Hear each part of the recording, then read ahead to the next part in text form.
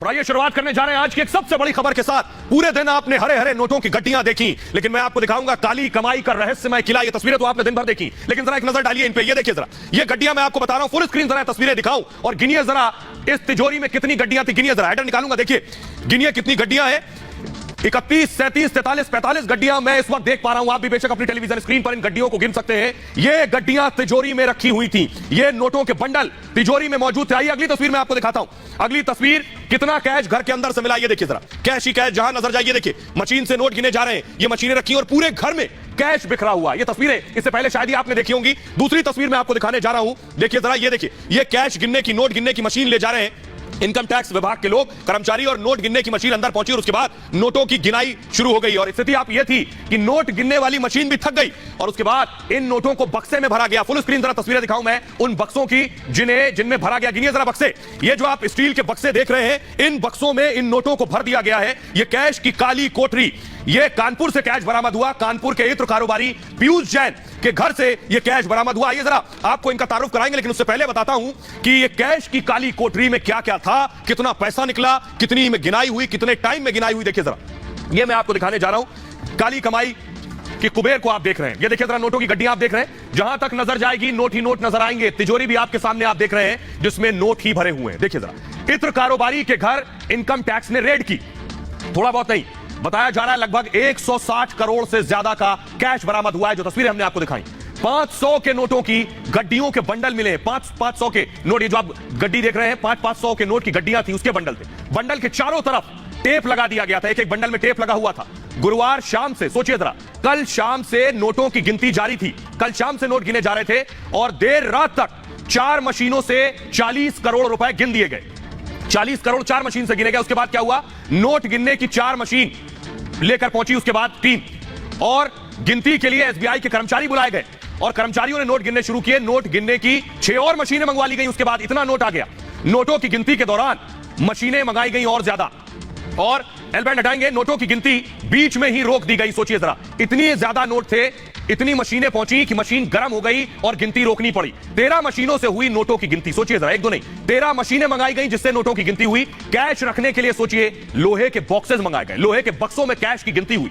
50 से ज्यादा बक्सों में कैश को रखा गया था। सोचिए, लोहे के 50 बक्से मंगाए गए, उसमें कैश रखा गया। ये आप देख रहे थे, मैं आपको बता रहा था कैसे नोटों की गिनती शुरू हुई, लेकिन आइए अब आपको दिखाने जा रहा हूं। उसके बाद इन बॉक्सेस को ट्रक में भरा गया, वो तस्वीरें मैं दिखाने जा रहा हूं। ये देखिए जरा, इस बक्से को, ये जो लोहे के बक्से आप देख रहे हैं, इन्हें ट्रक्स में रखा गया। फुल स्क्रीन तस्वीर में दिखाऊं लोहे के बक्सों में कैसे कैश, और इस बक्सों को ट्रक में रखा गया। एक ट्रक में लगभग 25 बॉक्सेस रखे गए। पीयूष जैन के घर से इन ट्रक्स को ले जाया गया उसके बाद। लेकिन आइए अब मैं आपको दिखाऊंगा वो घर जिसमें ये नोट मिले। सोचिए जरा, जिस घर में 160 करोड़ रुपए मिले, वो घर कैसा होगा। वो घर एक किला था, किला जिसमें परिंदा भी पर नहीं मार सकता। देखिए जरा घर, यह है वो घर जिसकी तस्वीरें आप देखकर समझ पाएंगे कि इस घर में नोट रखे थे। कटीली तारें दिखाई दे रही हैं, लोहे के तार लगे हैं घर में। इसमें 160 करोड़ रुपया कैश था। जरा देखिए काली कमाई के इस किले की अंदर की तस्वीरें देखिए।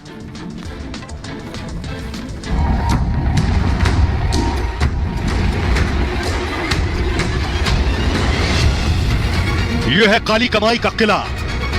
इसी घर में छिपा कर रखे गए थे करोड़ों रुपए। इन तस्वीरों को गौर से देखिए, यह जैन भाइयों का वही बंगला है जहां काली कमाई का अकूत साम्राज्य जमा किया गया था। बंगले की इन तस्वीरों को देखिए, बंगले के चारों तरफ कंक्रीट की मोटी दीवारें बनाई गई। दीवार के ऊपर पहले लोहे का जाल बिछाया गया और लोहे के जाल के ऊपर लोहे के कटीले तार लगाए गए। इत्र कारोबारी पीयूष जैन की काली कमाई से बनाया गया किला। साफ तौर पर तस्वीरें आपको दिखाएंगे पीयूष जैन के इस किले की। देखिए कैसे अपनी काली कमाई से इस किले को बनाया है। साफ तौर पर जो कांटे वाले तार हैं वो लगा रखे हैं ताकि कोई अंदर ना जा सके। और अगर बात की जाए तो बाउंड्री को आप खुद देख सकते हैं कि कितनी ऊंची बाउंड्री बनवा रखी, लेकिन साफ तौर पर यहाँ पर कोई भी सीसीटीवी नहीं है। चूंकि लगातार कैश आता और जाता रहा, इसलिए यहाँ पर कैश की वजह से सीसीटीवी खुद पीयूष जैन ने नहीं लगवा रखा था। अब जरा इस महफूज और बख्तरबंद किले के सामने की तरफ चलते हैं। देखिए बंगले के गेट पर लोहे के नुकीले सरिये लगे हैं जिससे कोई इसे लांघने के बारे में सोच भी ना सके। इतना ही नहीं, बंगले के चारों तरफ बनाई गई इस दीवार के ऊपर लोहे के नुकीले सरिये लगे हैं और उनके आसपास लोहे के कटीले तार। अब बंगले की खिड़कियां देखिए, काले शीशे लगे हैं जिससे कोई अंदर झांक ना सके और उसे यह भी पता ना चल सके कि अंदर आखिर क्या हो रहा है। अगर तस्वीरें आपको दिखाएं तो देखिए किस तरह से काले शीशे जो खिड़कियों पर लगे हैं, क्योंकि कोई अंदर ना देख सके, और साफ तौर पर जो कांटे वाले तार हैं वो लगा रखे हैं ताकि कोई अंदर ना जा सके। अब जरा इमारत के अंदर की तस्वीर आपको दिखाते हैं। देखिए, मेन गेट से अंदर जब बंगले में एंट्री होगी तो पहले आपको स्टील से बने फौलादी गेट से पार होना होगा। अब एक बड़ा सवाल इसमें यह है कि इस भारी मात्रा में मिले कैश का क्या करने वाला था पीयूष, चूंकि उत्तर प्रदेश में नजदीक है चुनाव, कहीं इस पैसे का इस्तेमाल चुनाव में तो नहीं होना था। यही वो किलेनुमा इमारत है जहां छापा मारकर करोड़ों की काली कमाई का जखीरा बरामद किया गया है। कैश की काली कोठरी की तस्वीरें आज से पहले आपने कभी नहीं देखी होंगी। और आइए, इतनी काली कमाई इकट्ठा करने वाले हैं कौन, उनके बारे में आपको जरा तारुफ करा देते हैं।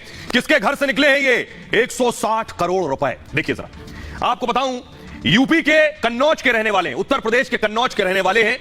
कन्नौज के अलावा कानपुर में भी इनका घर है, कन्नौज से लगभग 1 घंटे की दूरी है। मुंबई गुजरात में भी इनका मकान है। इसके अलावा इनके कोल्ड स्टोरेज है, पेट्रोल पंप के भी मालिक हैं पीयूष जैन। इत्र के बड़े कारोबारी हैं, कन्नौज में इनकी फैक्ट्री है इत्र की। इसके अलावा मुंबई में भी इनके इत्र के बड़े शोरूम हैं और साथ ही साथ इत्र को विदेशों तक निर्यात भी करते हैं उनका। और थोड़ी बहुत नहीं, 40 कंपनियों के मालिक हैं, एक दो नहीं 40 कंपनियों के मालिक है पीयूष जैन। ये इनका तारुफ है। इसके अलावा आपको बताऊं कि 40 कंपनियों के मालिक हैं। और आइए आप तस्वीरें दिखाने जा रहे हैं कि कैसे आरोप लग रहे हैं और कैसे समाजवादी कनेक्शन सामने आ रहा है, वो दिखा रहा हूं। ये देखिए तस्वीरें। ये जो इत्र है, ये इत्र समाजवादी इत्र पिछले हफ्ते लॉन्च किया गया और दावा ये किया जा रहा है, बीजेपी की तरफ से आरोप ये लग रहा है कि अखिलेश यादव के करीबी है ये, ऐसा बीजेपी का आरोप है। और ये समाजवादी इत्र जो है, ये पीयूष जैन का इससे ताल्लुक है। आइए आपको बताता हूं कि कैसे समाजवादी पार्टी से कनेक्शन का आरोप लग रहा है। देखिए जरा क्या कनेक्शन है दोनों का, ये आपको दिखाने जा रहा हूं। देखिए, समाजवादी पार्टी के करीबी हैं पीयूष जैन, ऐसा आरोप है। अखिलेश के नजदीकी बताए जाते हैं और समाजवादी इत्र लॉन्च किया था जो पिछले हफ्ते लगभग लॉन्च हुआ है। इत्र के लॉन्च के वक्त अखिलेश यादव मौजूद थे। महीने भर पहले लखनऊ में इसकी लॉन्चिंग हुई थी और 22 फूलों से इत्र बनाया गया था। ये जो समाजवादी इत्र था, खास किस्म के 22 फूलों के जरिए बनाया गया था और चुनाव से पहले इसकी लॉन्चिंग हुई थी। समाजवादी पार्टी के एमएलसी हैं एक पंपी जैन। पंपी जैन से करीबी रिश्ता बताया जाता है पीयूष जैन का। लेकिन आपको बताऊं कि अखिलेश यादव ने इस पर सफाई दी है। उनका कहना है कि उनका कोई ताल्लुक नहीं है इनसे। देखिए अखिलेश यादव ने क्या कहा, ये आपको बताएं उससे पहले जरा रिपोर्ट देखिए। बीजेपी अब समाजवादी पार्टी पर हमलावर है, देखिए रिपोर्ट। और अभी तक इन्हीं का इंतजार था कि इनकम टैक्स कब आएगा डिपार्टमेंट। अभी तो इनकम टैक्स आया है, ईडी आएगा, सीबीआई आएगी, न जाने कौन कौन सी संस्थाएं आएंगी। इनकम टैक्स के छापे पड़ रहे थे, लेकिन समाजवादी पार्टी को पीड़ा हो रही थी, चोर की गाड़ी है तिनका। समाजवादी पार्टी के 3 लोगों का रेड हुआ, कुछ भी नहीं मिला, कहीं भी झूठ बोलता है अगर कोई कहता है। किसी इनकम टैक्स के अधिकारी ने कहा कुछ मिला। समाजवाद की टोटियों में से, समाजवाद के इत्र में से नोटों की गड्डियां निकल रही हैं। रेड पर हंगामा तो खूब कटा, सियासत भी जमकर हुई, लेकिन जब इत्र कारोबारी के घर से नोटों की खुशबू इनकम टैक्स विभाग को खींच ले गई और गुफा खुली तो आंखें फटी की फटी रह गई। अखिलेश अब तक रेड को चुनावी बता रहे थे, तो नोटों का खजाना खुलने के बाद अब बीजेपी हमलावर हो गई है। लंबे समय से मैं सोच रहा था कि समाजवादियों की टोटियों से निकलता क्या है। समाजवाद की टोटियों में से, समाजवाद के इत्र में से नोटों की गड्डियां निकल रही हैं। जैसी नोटों की गड्डियां टीवी और अखबार में मैं देख रहा हूं, ऐसी तो पिक्चरों में भी नहीं देखी जो समाजवादियों के यहाँ मिल रही। साइकिल वाला इत्र बनवा के समाजवादी के नाम से इत्र बना के लोगों को लगवा रहे थे और बोतल दिखा रहे थे, तो उस समय उनको नहीं याद आ रहा था करोड़ों रुपए मिल रहा है जो उनके भ्रष्टाचार का रुपया है और इलेक्शन में वो इस्तेमाल करने वाले थे। समाजवादी पार्टी के तमाम करीबियों के यहाँ लगातार इनकम टैक्स और ईडी के छापे पड़ रहे हैं, जिसमें सैकड़ों करोड़ के कैश का खुलासा हो रहा है। समाजवादी पार्टी की साइकिल फिर परास्त होगी और उत्तर प्रदेश में योगी आदित्यनाथ जी की एक बार फिर विजय सुनिश्चित होगी। समाजवादी पार्टी के मुताबिक अखिलेश का इत्र कारोबारी पीयूष जैन के साथ कोई रिश्ता नहीं है। समाजवादी पार्टी के 3 लोगों का रेड हुआ, मैनपुरी में मनोज के यहाँ, मऊ में राजीव राय के यहाँ, लखनऊ में नीटू के यहाँ। कुछ भी नहीं मिला, कहीं भी झूठ बोलता है अगर कोई कहता है। किसी इनकम टैक्स के अधिकारी ने कहा कुछ मिला। और आइए अब आपको बताते हैं कि आखिर अखिलेश यादव ने इस पर क्या प्रतिक्रिया दी। अखिलेश यादव सामने आए और उन्होंने ट्वीट किया। देखिए जरा, जब चारों तरफ से हमला हुआ तो अखिलेश यादव ने एक शख्स के ट्वीट को रीट्वीट किया। अखिलेश ने क्या लिखा? अखिलेश ने लिखा, कानपुर में शिखर पान मसाला ग्रुप, एक ट्वीट को रीट्वीट किया अखिलेश ने। और इत्र कारोबारी पीयूष के घर पर पड़े छापे और बरामद नकली नोटबंदी की विफलता की कहानी बयां कर रही है। बीजेपी पीयूष जैन और शिखर पान मसाले को एसपी से जबरन जोड़कर सपा को बदनाम कर रही है। एसपी एमएलसी पंपी जैन से पीयूष का कोई ताल्लुक, कोई मतलब नहीं है। ये अखिलेश यादव ने एक ट्वीट को रीट्वीट किया था। आइए अब आपको दिखाने जा रहा हूं। दरअसल पिछले दिनों अखिलेश के करीबियों पर रेड पड़ी थी, अखिलेश के करीबियों के ठिकानों पर रेड पड़ी थी। ये वो तस्वीरें मैं आपको दिखा रहा हूं। लेकिन आइए, ये राजीव राय के घर की रेड की तस्वीरें मैं आपको दिखा रहा हूं। अखिलेश के किन करीबियों पर रेड पड़ी जिसके बाद अखिलेश पर हमले शुरू हो गए, वो देखिए जरा। अखिलेश के नजदीकी बताए जाते हैं, पार्टी के प्रवक्ता रहे, उनमें है राजीव राय। ग्रिड हटाएंगे जल्दी से। समाजवादी पार्टी के नेता है, समाजवादी पार्टी के नेता है। मऊ में आवास पर आईटी रेड हुई राजीव राय के। 15 घंटे तक ये छापेमारी चलती रही। और जैनेंद्र यादव, अखिलेश यादव के ओएसडी हैं, इनके घर पर भी रेड हुई। जैनेंद्र के घर पर आयकर की रेड हुई। और अगले मनोज यादव हैं, समाजवादी पार्टी के नेता हैं, और मैनपुरी स्थित घर आईटी का छापा हुआ इनके घर पर, मनोज यादव के घर पर। 5 शहरों में 12 ठिकानों पर यह छापेमारी की गई। अखिलेश के करीबी होने का दावा राहुल भसीन के लिए कहा जाता है। अखिलेश के करीबी होने के दावा राहुल भसीन पर भी रेड हुई। आइए आपको दिखाने जा रहा हूं कि आज जो छापेमारी हुई है, यह छापेमारी पीयूष जैन जो इत्र कारोबारी है, इनके किस किस ठिकानों पर छापेमारी हुई वो देखिए जरा। पीयूष जैन के घर अलग अलग शहरों में है, उनमें उनके घर, कानपुर के घर, कन्नौज में परफ्यूम फैक्ट्री है, उस पर रेड हुई। कन्नौज में कोल्ड स्टोर है, उस पर रेड हुई। पेट्रोल पंप बताया जाता है, उस पर रेड हुई, और उनके घर पर रेड हुई। इसके अलावा मुंबई के घर पर भी छापेमारी हुई। इस तरह की खबरें हैं। शोरूम पर छापेमारी हुई।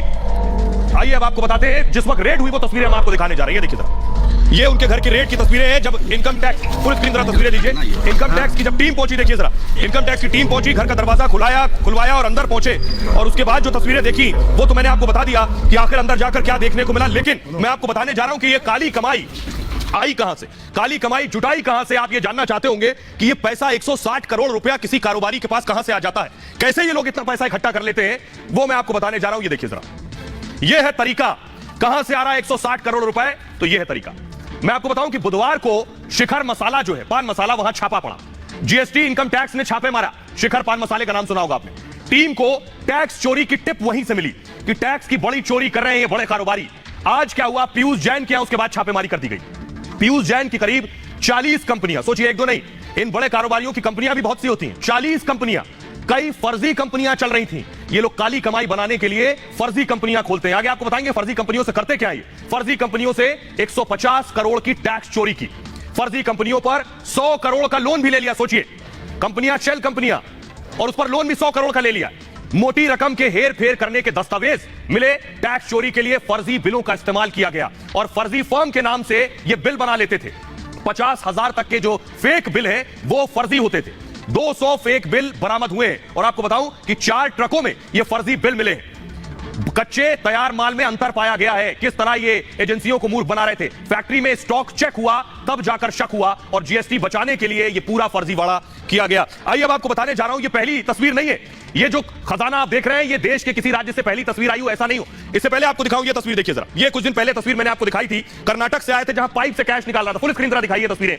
कर्नाटक की तस्वीर, पाइप से कैश निकल रहा था और रेड पड़ी। रेड के बाद पता चला कि पाइप में पैसा भरा गया था। बाल्टी भर भर के पैसा निकाला गया। यह भी काला कारोबार था, काली कमाई थी। किस तरह से पैसा छिपाया गया, टैक्स का पैसा किस तरह से छिपाया जा रहा था, वो मैंने आपको दिखाया। एक और तस्वीर मैं आपको दिखाऊंगा, तमिलनाडु की तस्वीर है। आइए दूसरी तस्वीर मैं आपको दिखाने जा रहा हूं।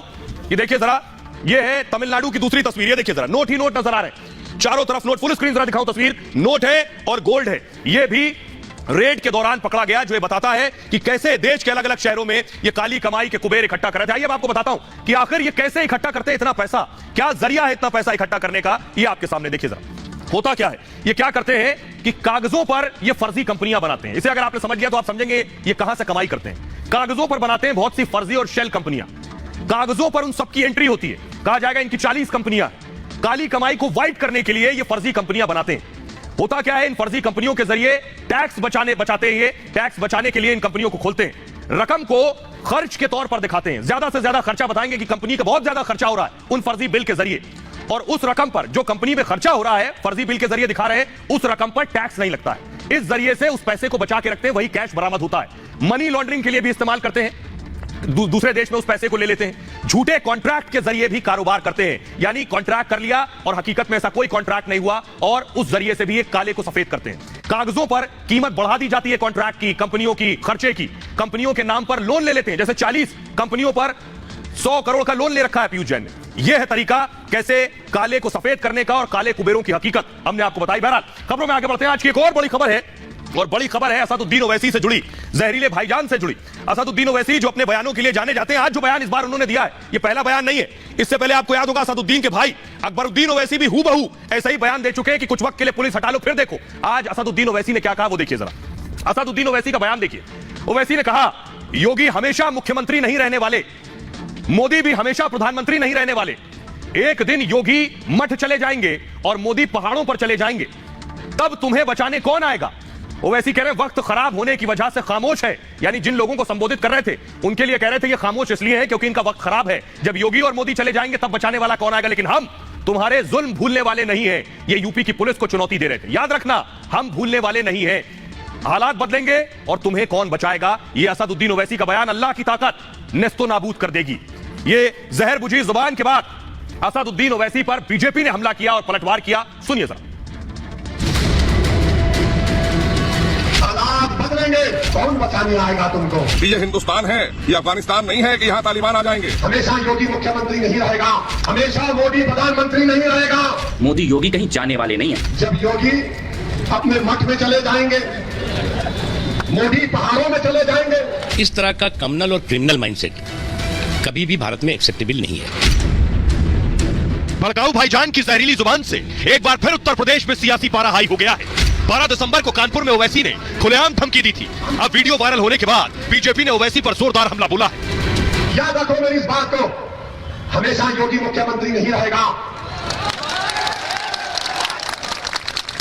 हमेशा मोदी प्रधानमंत्री नहीं रहेगा। और हम मुसलमान वक्त के एतबार से खामोश जरूर है, मगर याद रखो हम तुम्हारे जुल्म को भूलने वाले नहीं है। मोदी योगी कहीं जाने वाले नहीं है। इस बात को जितनी जल्दी समझ लो उतना तुम्हारे लिए अच्छा होगा। ये 1921 वाला भारत नहीं है, ये नया भारत है। इस सोहरावर्दी वाली सोच, इस जिन्ना वाली सोच, इस सोच को जड़ से खत्म किया जाएगा इस भारत में। और ये याद रखना, ये नया भारत है। भड़काऊ भाईजान इतने पर ही नहीं रुके। ओवैसी ने धमकाते हुए कहा कि जब मोदी और योगी चले जाएंगे तब कौन बचाएगा। हालात बदलेंगे, जब कौन बचाने आएगा तुमको। जब योगी अपने मठ में चले जाएंगे, मोदी पहाड़ों में चले जाएंगे, हो सकता है या कहीं पर जाकर रहेंगे। जब कौन आएगा। ये हिंदुस्तान है, ये अफगानिस्तान नहीं है कि यहाँ तालिबान आ जाएंगे। यहाँ पर कोई तालिबानी अगर आएगा तो आपको पता होना चाहिए देश में मोदी है और उत्तर प्रदेश में योगी है। दरअसल बिहार बंगाल के बाद अब उत्तर प्रदेश में ओवैसी ध्रुवीकरण की कोशिश में जुटे। और हम मुसलमान वक्त के एतबार से खामोश जरूर है, मगर याद रखो हम तुम्हारे जुल्म को भूलने वाले नहीं है। हम तुम्हारे जुल्म को याद रखेंगे। अल्लाह अपनी ताकत के जरिए तुम्हारा तुमको निस्तो नाबूद करेगा इंशाअल्लाह ताला। और हम याद रखेंगे। इस तरह का कम्युनल और क्रिमिनल माइंडसेट कभी भी भारत में एक्सेप्टेबल नहीं है। और इस तरह के क्रिमिनल और कम्युनल माइंडसेट के कीड़े वाले लोगों को इस बात को समझना चाहिए कि आप। तो आइए अब आपको बताते हैं, न सिर्फ ओवैसी पर ऐसे हमले हुए बल्कि ओवैसी को ट्वीट के जरिए भी जवाब दिए गए। आइए आपको जल्दी से दिखाते हैं ओवैसी को किसने क्या जवाब दिया। संबित पात्रा ने, संबित पात्रा जो अपनी हाजिर जवाबी के लिए जाने जाते हैं, उन्होंने लिखा किसे धमका रहे हो मियां, जब जब कोई औरंगजेब और बाबर आएगा तब तब कोई शिवाजी, महाराणा प्रताप, मोदी, योगी आ जाएगा। कौन तुम्हें बचाने आएंगे, मठ हो या पहाड़ हो, वहीं से तो महादेव आएंगे। संबित पात्रा के अलावा कपिल मिश्रा ने लिखा ओवैसी ये ना सोचे कि यह 1921 वाला भारत है, जिन्ना वाली जहरीली सोच को निर्ममता से कुचला जाएगा। मोदी योगी अब कहीं नहीं जाने वाले हैं। कपिल मिश्रा ने आगे लिखा ये जितनी जल्दी समझ जाओ उतना अच्छा होगा। चलकमणि त्रिपाठी ने लिखा सुनो हम न डरे थे मुगलों से न जिन्नावादियों से, तो तुमसे क्या खाक डरेंगे।